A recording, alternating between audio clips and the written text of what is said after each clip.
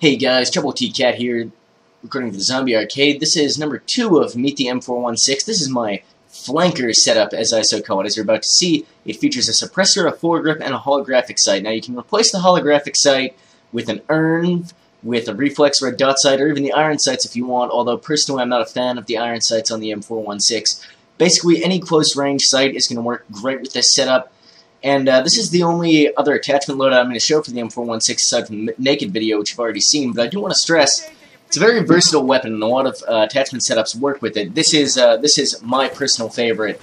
In fact, I've been thinking about other ways to condense the series, and I might be trying to condense each gun down to one video in the future. You know, showing it naked, showing it with a few different setups. I haven't decided yet. We will see what happens in that regard. Anyway, this was a little bit of a frustrating rush game, actually. I mean, it was awesome, and I did super good at the start. There's one point where I'm 16 for 1.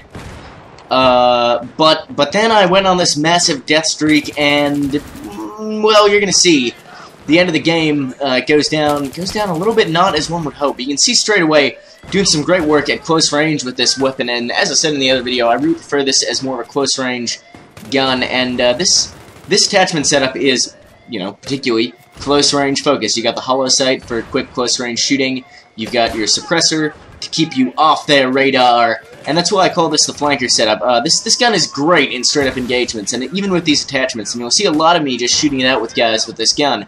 But if you really want to make the most of your suppressor, make the most out of this close range weapon, and make the most out of this setup, what you're going to want to do is try and find ways to come around behind the enemy and attack from unexpected directions. And you'll see me trying to do this a little bit here, and taking a few guys off guard. Actually, I'm not gonna lie, I don't make a great use of those strategies in this game. It's maybe not the best gameplay in the world to show this off for that reason. But I'm sure you'll see more of me doing that in the future, because it's a way I play fairly regularly, and especially with the carbines, I use a lot of silencers. Suppressors, rather, not silencers. No, they're not silent. In fact, it's still quite loud, but it does keep you off the radar, so that's,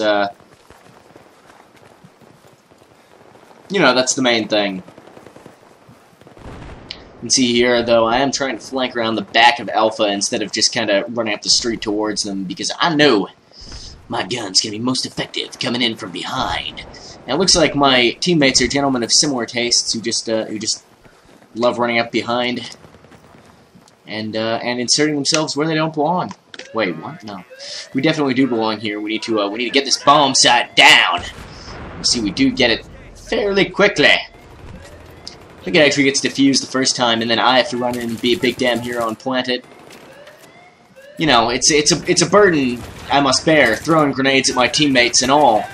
Yeah, I just wanted to make sure there wasn't anybody coming up behind me. Okay, I turned around, I threw the nade, and I'm like, huh, I guess there were about 50 teammates back in that direction. I talked about resource management briefly when I was speaking about Engage the Awesome and some of the things that are, you know, universal across all games, concepts for important gameplay, resource management being one of them.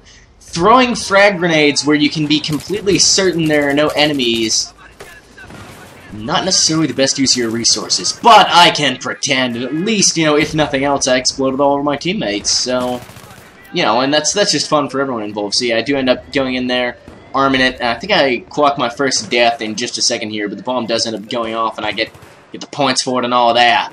It's pretty awesome.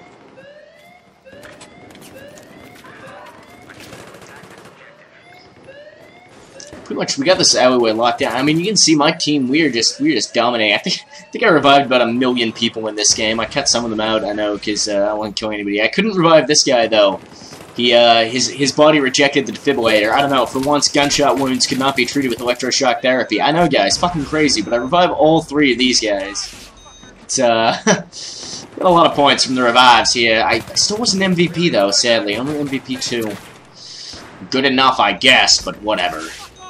Man, I hate the way that Navy camo looks for the U.S. team. Guy just revived this morning because you got all this tan and white and shit on you. My teammate's doing a good job with the revives as well, keeping me alive. A grenade! I was lagging really badly there, if you're wondering why I was kind of jittering around. I was getting, at the start of this game anyway, I was getting a fair few lag spikes. They went away later on, but at the beginning here, it's like, lag-tacular! Felt bad, man. Killing so many dudes in this back alley, and you know, I'm pretty far away from the objective, but what you'll notice is my teammates just armed it then, and the situation is I'm actually distracting about half their team. You don't always need to be super close to the objectives if you're sort of in the right area, and most importantly, when you're attacking, if you're drawing the ire of a lot of enemies. I cut it out there, but one of my teammates actually said, like, gee, good job, Troubletcat, distracting their entire team, because killing me became more important for the objectives, more important to those guys than completing the objectives, and it basically let my team get in there really easily. So, you know, I'm a big objective-based player, and you guys see it in a lot of my videos. I go on those objectives really hard and get shot in the head by snipers and just blown away. But I don't think that playing as a Slayer is necessarily wrong, and I think there are a lot of ways you can help the objectives and get men's crotches shoved in your face without necessarily being right next to them. You can see here me using the burst fire on the M416 to take down that sniper with a headshot.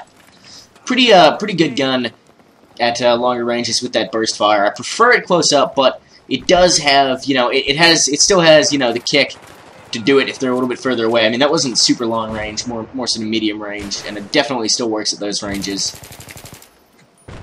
Many whelps, front side! Well, I think there was actually only that one guy, but whatever.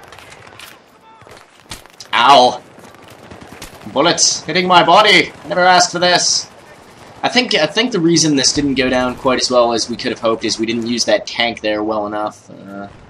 You'll see on the next phase things go a little bit south for us after such a strong opening.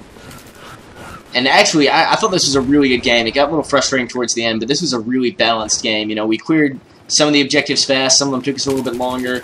In the last set, no, not so good. Me being a big damn hero on arming this objective. My second death coming up in just a second here. The second one I don't get revived from. So the thing is, I was getting revived a lot in this game, which helped keep my ratio up. And fuck this guy, charged me with a pistol, and bam, that went bad for me.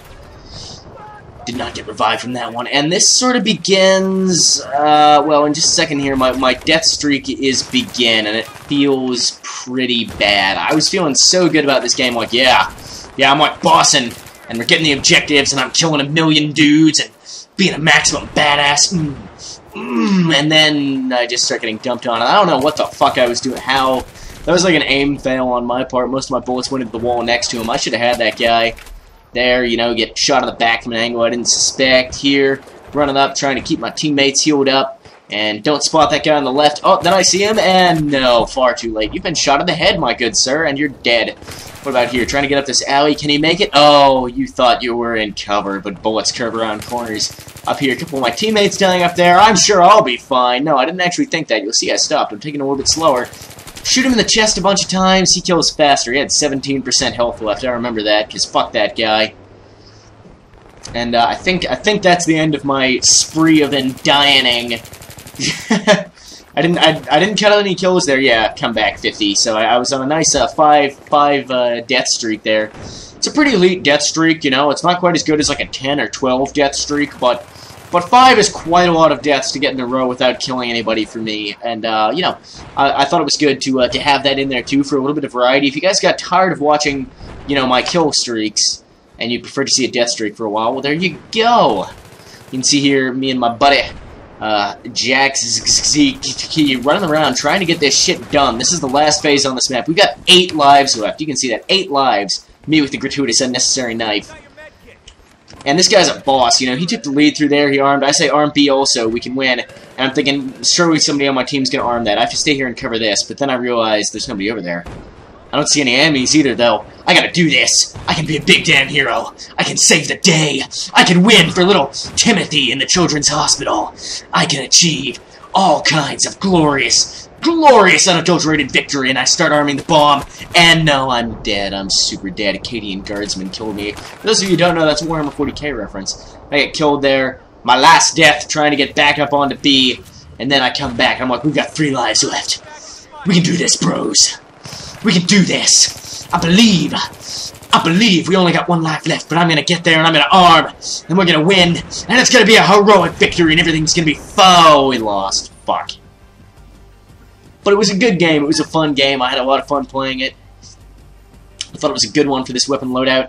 So that's all for the M416. Next gun I'm going to do is going to be the KH-2002. I'm going to take a break from the main unlocks and do the first of the Assault Co-op unlocks, which is the KH-2002 rifle. That'll be in the next video. Gun that I like a lot. It's worth unlocking. It's, I think, the second co-op unlock. And I'll tell you right now, it's worth playing a bit of co-op to get that one unlocked if you're an Assault player. It's a really fun gun. And I like to use it a lot. I was checking here. Did I get the Ace Squad Award? I fucking love the Ace Squad Award. I did. There's my stats. Thanks for watching, guys. Troubletcat out. Remember to like the video if you like the video. Subscribe if you want to see more.